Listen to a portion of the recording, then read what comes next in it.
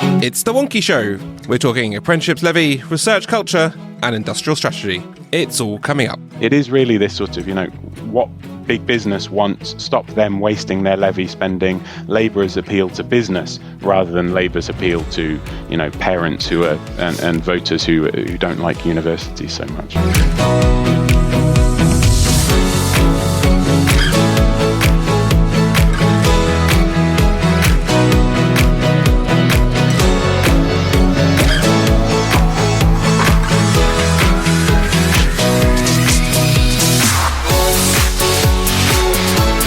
Welcome to the Wonkhe Show, your weekly way into this week's higher education, news, policy and analysis. I'm Wonkhe's Editor-in-Chief, Mark Leach, and joining me to survey the perimeters of HE policy this week are three brilliant guests as always. In Northampton, it's Shân Wareing, Deputy Vice-Chancellor at the University of Northampton. Shân, your hire to the week, please. Morning, Mark. Probably getting external partners in to sign our Northamptonshire Anchor Charter, where we're trying to work together to improve Northamptonshire as a place to live, thrive, study, work and visit. And on campus is Ashley Straw-Smith, Student Voice Manager at the University of Nottingham Students' Union. Ashley, your hire to the week, please. Hey, good morning.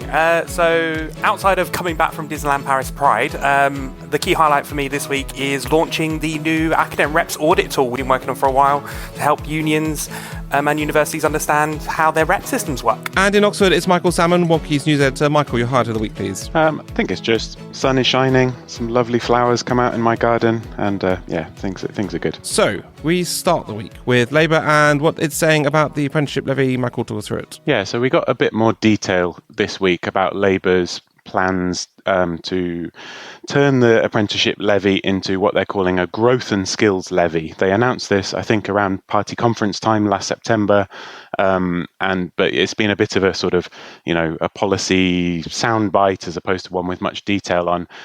Their big idea is that firms will be allowed to spend up to 50% of their levy contributions on non-apprenticeship training, like sort of modular courses, what they've called functional skills courses, overseen by a new body that will be called Skills England, and they'll just be 50% of the levy ring-fenced for apprenticeships. We've had Keir Starmer at Prime Minister's Questions saying businesses are crying out for more flexibility in the levy, so it's seen as a kind of pro-business, CBI endorsed back when that was something to aspire to. It's that sort of policy, especially aimed at big businesses, which were, at least previously, were struggling to spend all of their levy funds. And the question has been a little bit, okay, so what's going to happen to the smaller businesses, the SMEs, which, don't pay the levy? Traditionally, their apprenticeships have been funded by, what's left over from the big businesses, what they haven't managed to spend. And so this week, Labour's Toby Perkins, who's the Shadow Minister for Skills and Further Education, he sort of made clear in a speech at a conference that Labour's plans are not going to reduce the budget available to non-levy paying companies, so small businesses, not going to stop them from being able to have funding for apprenticeships, because just to sort of go back in a circle then. So if bigger companies are spending more on sort of short courses and training, there'd be less left over to go to small businesses. But Toby Perkins has said Labour is going to make, this is quite interesting in itself because you don't see these too often at the moment, an additional spending commitment, and they're going to safeguard SME apprenticeships, and this could end up being quite a substantial commitment.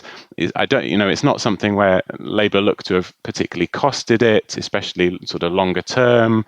They also want to drive up the numbers of SMEs doing apprenticeships. So it's probably one to keep an eye on as they actually, see what the Shadow Chancellor and her team start thinking about this commitment, because, it could be into the, perhaps in the order of £1 billion, maybe. I've seen people suggesting, hard to tell, but it's sort of interesting also because that money is being spent on that and not in other aspects of tertiary education as well, you would think. So this is fascinating, isn't it, Shân? I think, because given we've had previously kind of policy making by vibes for Labour in opposition, because they don't want to spend money. This is interesting, isn't it? Because it kind of points to a direction of travel and the sorts of things they might prioritise. And I think that is interesting as well as the actual policy itself, right? I think that's right. So, first of all, I think I welcome a review of the apprenticeship levy. I think it's a great idea in practice. I think operationalising it has been very difficult, and it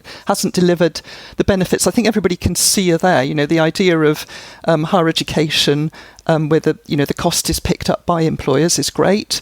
That students leave with a degree without debt is great. The integration with industry is great, but operationalising it has been difficult for two reasons. I think it's quite cumbersome. There's a lot of players involved, so just bringing them to the table is difficult. Getting the employers and the FE funding element and Ofsted with universities and the students all being players in it is really difficult to harmonise. That's one thing. It's difficult to make it cost effective because actually with more elements it costs more.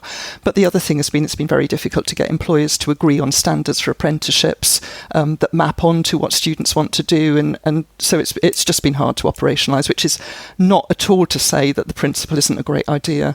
So I think coming back to it is a good idea, but I still think, and we can see this with the lifelong loan entitlement, it's still going to be very difficult to operationalise it. I know it's a cliche to say the devil's in the detail, but I think that's exactly where we are. And actually, where would you prioritise this on? If you had £1 billion to spend on education and skills, where would you prioritise this? So I think for me, I think it is important to put investment into apprenticeships, and I think that would be a significant chunk of that. As someone who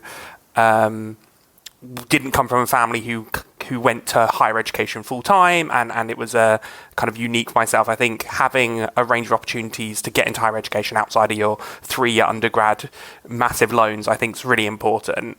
I think the aspects, kind of slightly going back to what Sean's saying around the implementation, I think it's incredibly difficult for SMEs, small and medium enterprises, to get involved in degree apprenticeships. From my experience at Warwick, where we have a lot of big companies creating and doing degree apprenticeship work, we didn't see really any small or medium enterprises doing it because it was very industry-led, and they needed a lot of money to get the university to be able to be on board and create that work because they needed a substantial amount of students to start those courses.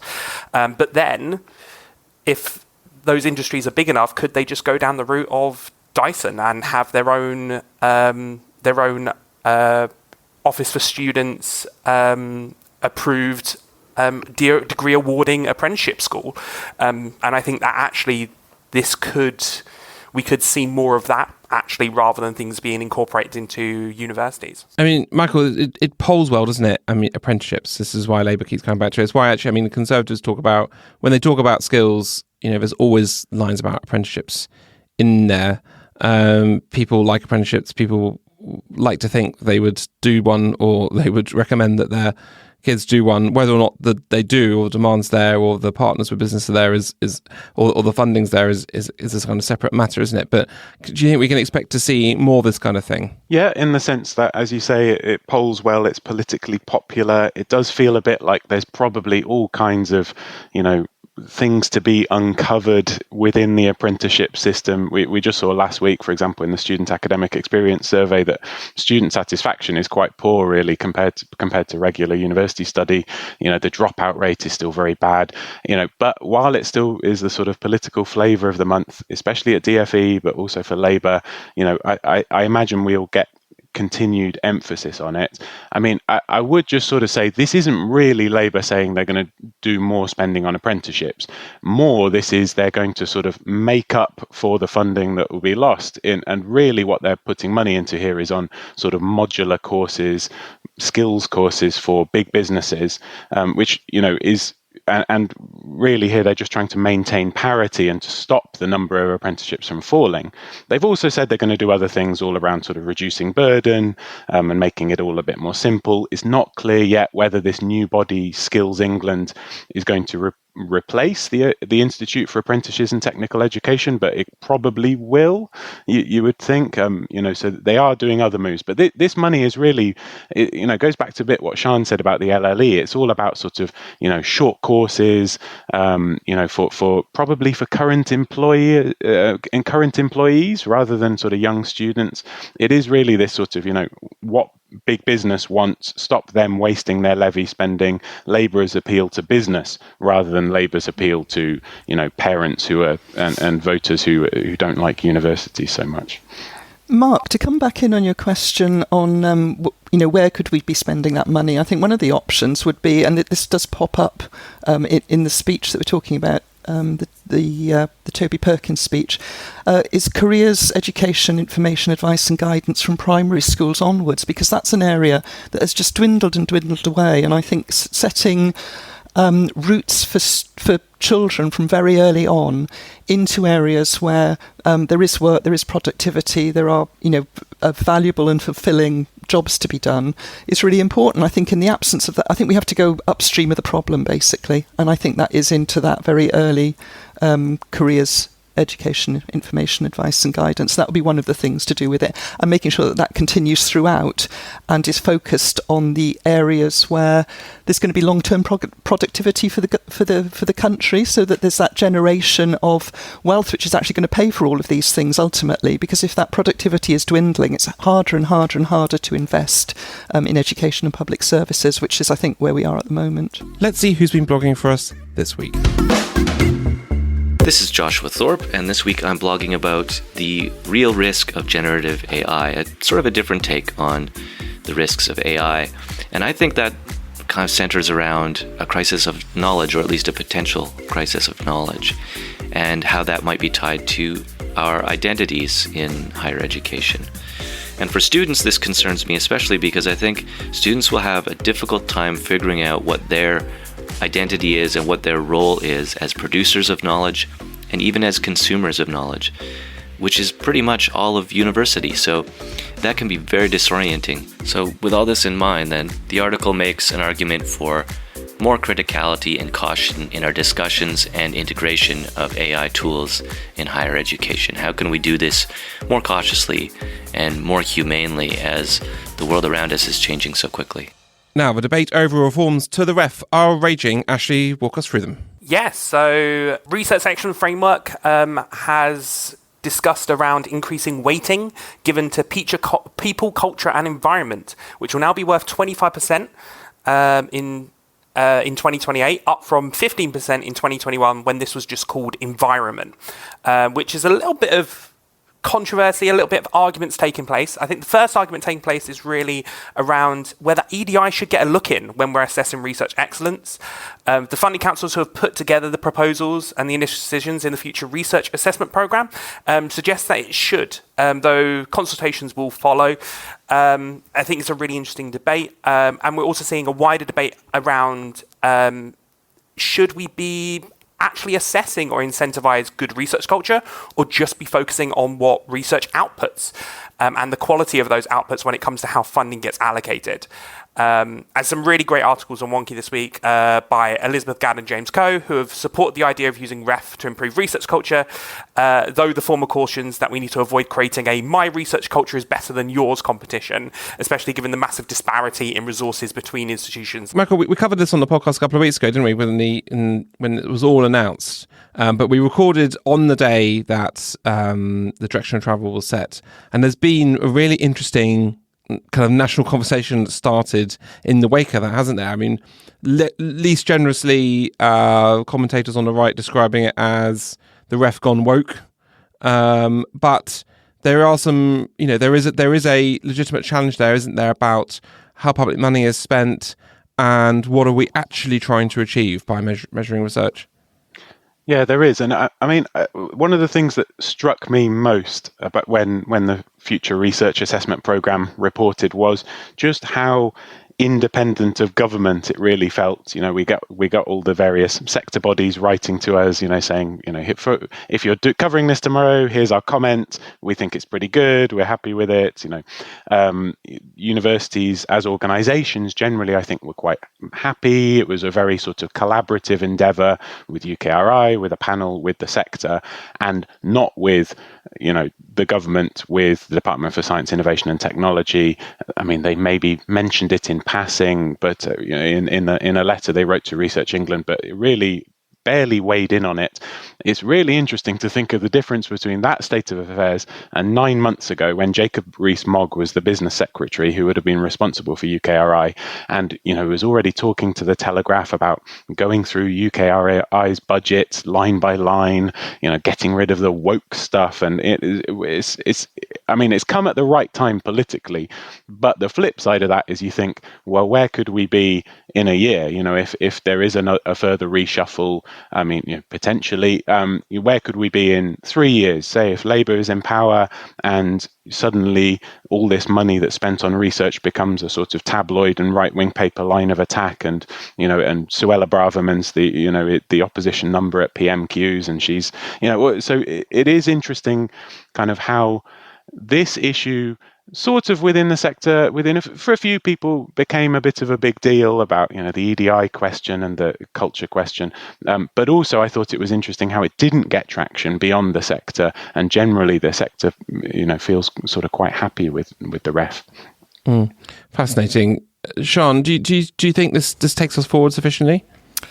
I think a lot of the opposition is very short term. So I think I'm not sure actually it looks long enough and joined up enough actually for me at this point, but I think we're getting there. But to take Ashley's point about a further reshuffle, we've had 7 Secretaries of State for Education in the last 7 years, and I think there's been a real lack of continuity. And one of the big issues for me for research is that we set a foundation for future success, and that's really long term. These are, we develop the technicians and the discovery research which actually drives the future of innovation in the country, and so that's a really long-term plan. And so I really welcome, first of all, EDI at the heart of that, because otherwise look at all the talents and skills we're losing by the number of people who don't come forward. And I know we all know the statistics on profs, but about 0.7% of professors are black, and about 0.1% are black women,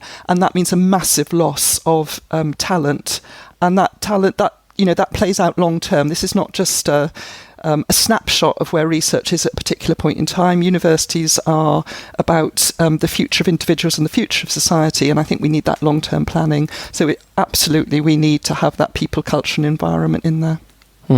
I love Michael's theory that because the sort of leadership vacuum in Whitehall right now, the kind of the wokerati managed to get a bunch of stuff out of the door that would have absolutely had a red line put through it by people like Ian Mansfield when he was there, and it kind of explains, I think, why there's been a bit of a backlash from those quarters. But actually, I back to what you're saying about the kind of the broader cultural points.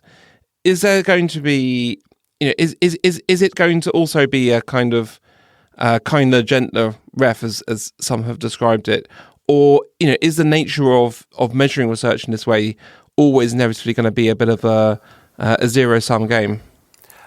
I don't think it's to be kinder and gentler. I think this is important to have. I think that having EDI involved and this idea of culture involved in research excellence, I think, is just a natural understanding from my perspective. Like, when we have more diversity within research, we get better research because we have more different perspectives putting out things. And actually, as higher education, who has a significant influence on industry, we should be using that for good. I know that was a bit of a misquote of Uncle Ben's great power, great responsibility speech, but I do really feel that as someone who would love the opportunity to go and do research, but haven't been able to do that due to personal and sector barriers. I think that the more that we focus on that, the better research we're going to get out anyway. I don't think it's mutually exclusive. I think it actually impacts Totally agree with that point, Ashley. I just want to say I completely agree with that. It will be better research with more diversity. And I mean, Shân, from your perspective in your institution, do you think it's going to help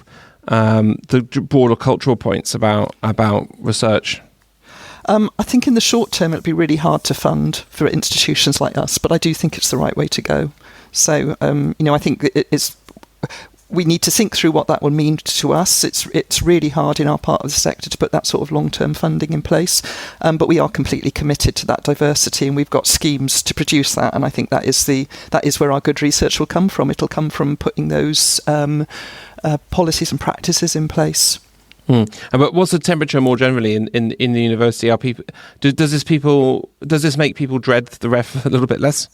I'm finding that really hard to answer, actually, because I think people, probably individual academics, are focused on their own research areas and their own developments. I'm not sure that this will really shape their view of it. I think it probably does shape our view at a policy level within the institution. But I think we've been going this way for a while. We've been trying to set in place a culture that will underpin, long-term positive research activity right across the diversity of our staff, and we're obviously trying to get our staff body to more reflect our student body, which is currently more diverse than our staff body. So really seeing research, PhD research, as a pipeline into our future researchers. So we've already had structures in place that are trying to diversify the students who go from our undergraduate body into our research student body, and therefore into our academic staff and up the pipeline to professor. So we've been working on this for a while, so I would see this as supporting our direction of travel. I do think there is going to be some worries, though, within the sector. I think especially within Russell groups and certain areas like STEM, which have been able to... but that do not have as much diversity, but being able to rank really high in ref, I think there is definitely going to be a worry about, okay, well, now this is worth 25%, now this culture stuff is worth so much more.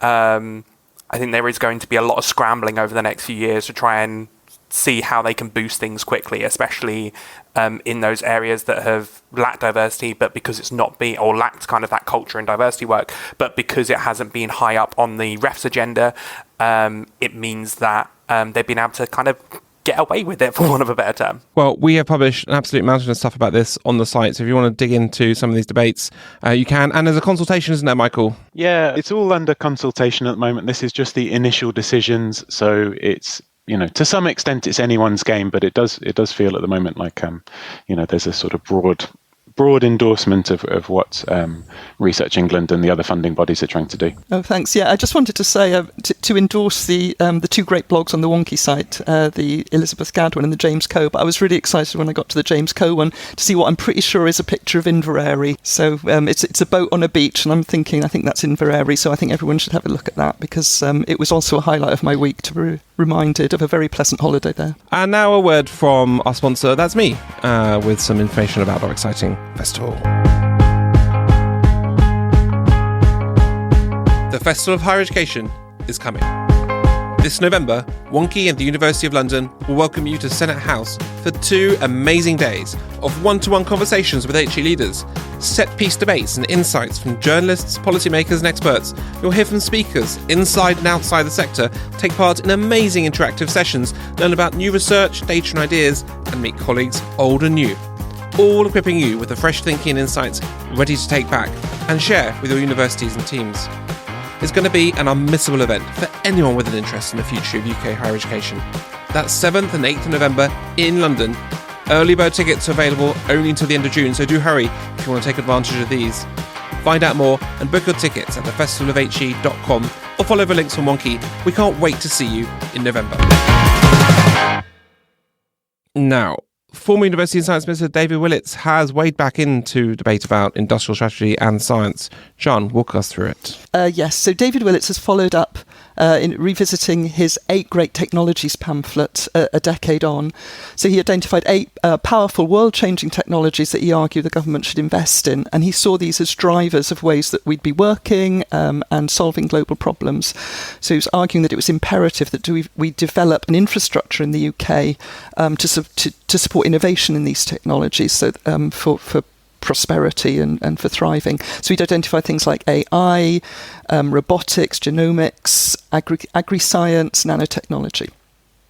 So what you could see actually is the work that he's doing in this as identifying the root cause of not enough cash into public services and higher education, that generation of prosperity is actually what underpins the work of higher education. A lot of the problems we're seeing at the moment, and in terms of industrial action as well, there simply isn't the funding to support the work that we want to do at the moment. So that underlying prosperity is really key, I think.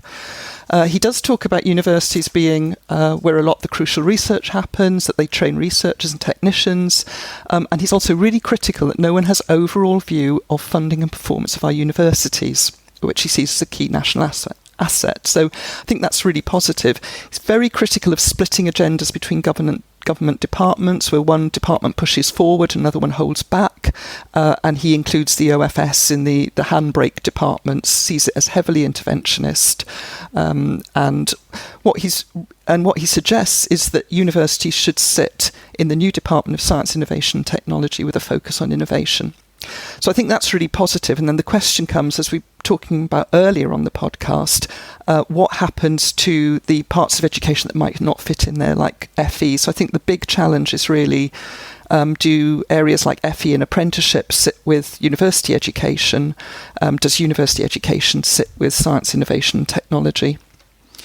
So I think there's lots to welcome here, and it's really recommend. It's a very well written, engaging, and charming paper. Actually, he says that he himself doesn't feel he comes from a technology background. Had to have it explained to him very patiently, but he does see a lack of technology education as a problem in government that makes us a bit phobic about it in the UK, and he does also criticise early division at 16 into science or arts as part of a problem. He wants post-16 education to allow people to have a much broader base across science and arts subjects, which again I think is to be welcomed. This Michael, this question about whether universities should sit in DSIT or DFE. I mean, it's one of those kind of like, yes, obviously it should be in DSIT. Next, please, right? I mean, is there any, is there even a debate to be had about that? Yeah, I guess it's a sort of mechanics question. Like, how would that actually work? Like, DSIT would then have responsibility for the Office for Students. How's that going to fit in with the LLE? I mean, is the LLE, the moment that is the funding model, does that fully close the door on the idea of just universities going to DSIT? And as Shân has said, I think there's a interesting question about the whole of the tertiary system going back into a sort of innovation and skills and science sort of department, which everybody would love. I think especially at the moment, okay, DSIT's a very new department. They're doing some things very well in terms of, lots of sort of posts on Twitter and that kind of thing. But it is really new and is still being set up. Lots of the civil servants, I think, are still, in the wrong building and all this sort of thing.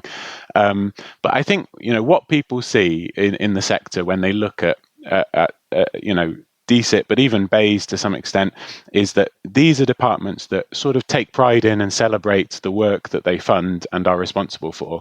And I think we would all agree that pretty much, sort of to 90% at least, the Department for Education just doesn't do this across its whole sector. I mean, it loves its apprenticeships, as we've talked about. There's, it likes doing well in the PISA league tables, but even for schools, it's not really celebrating them, is it? And, so people are very keen on this idea that it would be, first of all, as I said before, more hands-off. If we look at how, the development of the REF is not really been too meddled in with government. And also it would be more sort of, welcoming and sort of celebratory. Whether these things would happen in practice, who knows? Because it would be a really fundamental change to the media attention that this government department gets and all kinds of different things. But it's one of those nice sort of championship manager style thought experiments about how you would organise government if it was up to you. I'm quite interested to know what your thoughts are, Mark. Although I think you've pretty much made them clear already.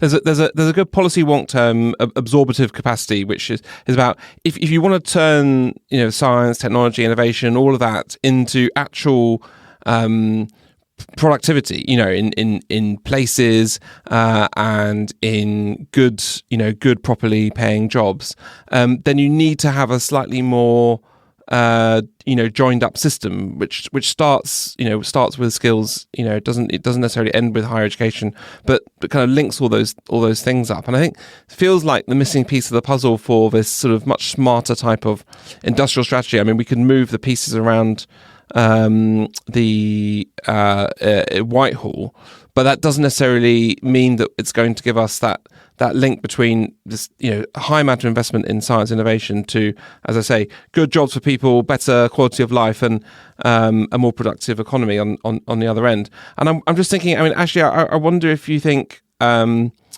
is a case that the sector, a better or stronger case the sector could make about its role in in that wider loop as we head into a general election, and what should that be? I completely agree. I definitely think that the sector and universities individually and the collective should be showing their kind of force and ability to boost economic growth. I think specifically when it comes to these aspects around kind of the industrial strategy and these 8 great technologies, I think it is trying to get the universities kind of like what we were talking about earlier about linking back with industry. I think it's that aspect of how we showing that that journey, how we showing it from starting an undergraduate degree to research to that implementing key industry within the UK and within the world. And I think that universities, because of their choppy relationship with the government over the past 10 years at least, I think there is an apprehension to put their head above the parapet a little bit, where actually if they did that, I think there would be much more sympathy when it comes to issues that universities and higher education is facing from the general population. Well, I agree with Ashley and Michael's points. I think in terms of the things we've been talking about today, they are all connected up. They do all fit within an overarching industrial strategy. We do need to support top-level research and innovation. We also need to support a workforce to enable that.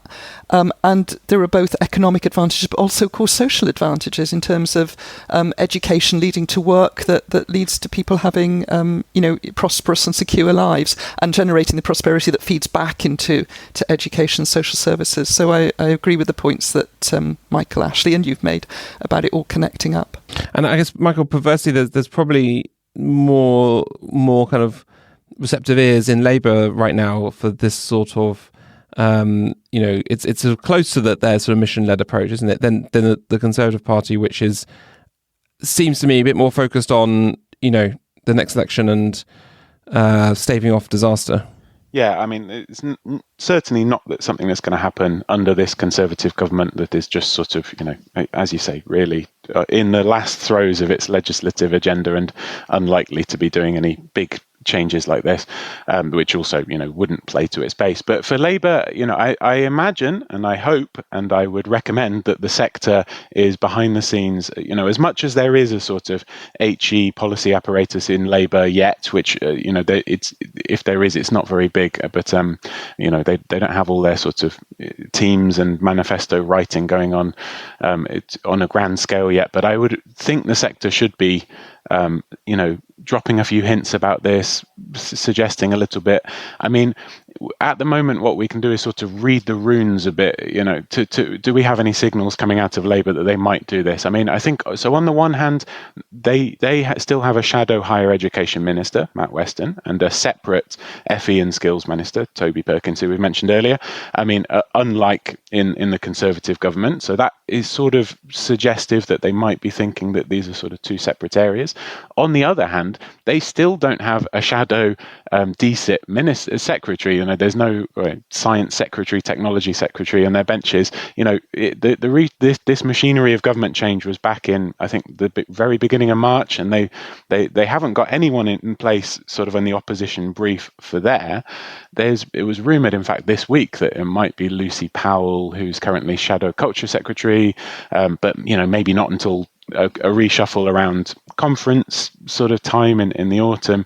So, from that side, we could say it doesn't seem to be a big priority for Labour, and there's not an obvious person who the sector should be talking to and going, oh, do you fancy adding universities to your area of responsibility?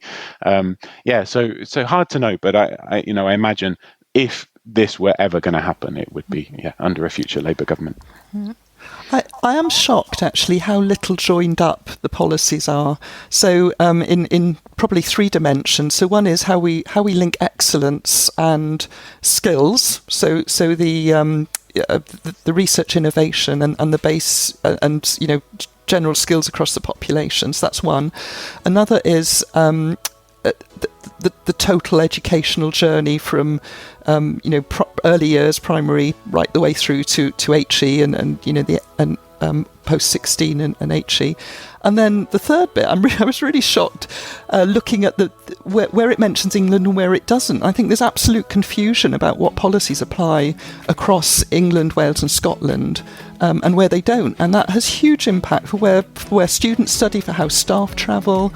Does the lifelong learning entitlement follow you if you're an English student going to a university in Scotland? And the questions there are enormous, and it's very divisive across the country, and then that exacerbates disparities in prosperity across the country too. So I think the first step would be to have a vision that just connected up early years education right through to HE, excellence with the skills that the whole population needs, and then took a holistic view across England, Scotland and Wales. So that's about it for this week. Remember, to dig a bit deeper into anything we discussed today, you'll find links in the show notes on wonkhe.com. Don't forget, you can get latest show automatically when it's out. Just search for The Wonkhe Show wherever you get your podcasts. And to find out about how we can keep you and your organisation ahead of everything that's going on in UKHE, do head to the website to find out more about our subscriptions. So, thanks very much to Shân, Michael and Ashley. We'll be back next week. Jim will be here. In the meantime, stay wonky.